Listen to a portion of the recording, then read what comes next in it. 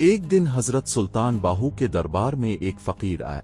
वो बहुत गरीब था, कपड़े पुराने, बदन पर मिट्टी और आंखों में दर्दनाक सवाल था। फकीर ने कहा, या सुल्तान, मेरे बच्चे भूखे हैं, घर में कुछ नहीं, कोई दुआ तावीज दो, अगर मुमकिन हो तो कुछ अता कर दो।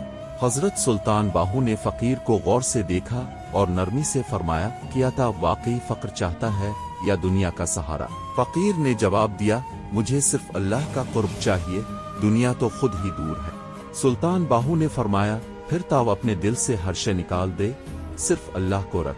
जो अल्लाह के सवा कुछ भी मांगता है वो फक्र का अहल नहीं। ये सुनकर फकीर रो पड़ा।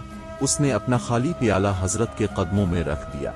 सुल्तान बाहू ने अपनी निगान विलायत इस प्याले पर डाली और दुआ फरमाई, अल्लाह, इसको अपना बना ले, दुनिया अगर दे तो अपनी रजा के साथ दे। फकीर जब वापस गया तो न सिर्फ इसके दिल को सुकून मिल चुका था, बल्कि कुछ ही दिनों में वो अल्लाह की राह में ऐसा फना हुआ कि दुनिया की हर तंगी इस पर आसान हो गई। हजरत सुल्तान बाहू ने हमेशा दुनिया से ज्यादा अल्लाह के इश्क को तरजीह दी। उनका पैगाम यही था, फक्र वो है जो बंदे को अल्लाह से मिला दे, न कि दुनिया की ख्वाहिशात से।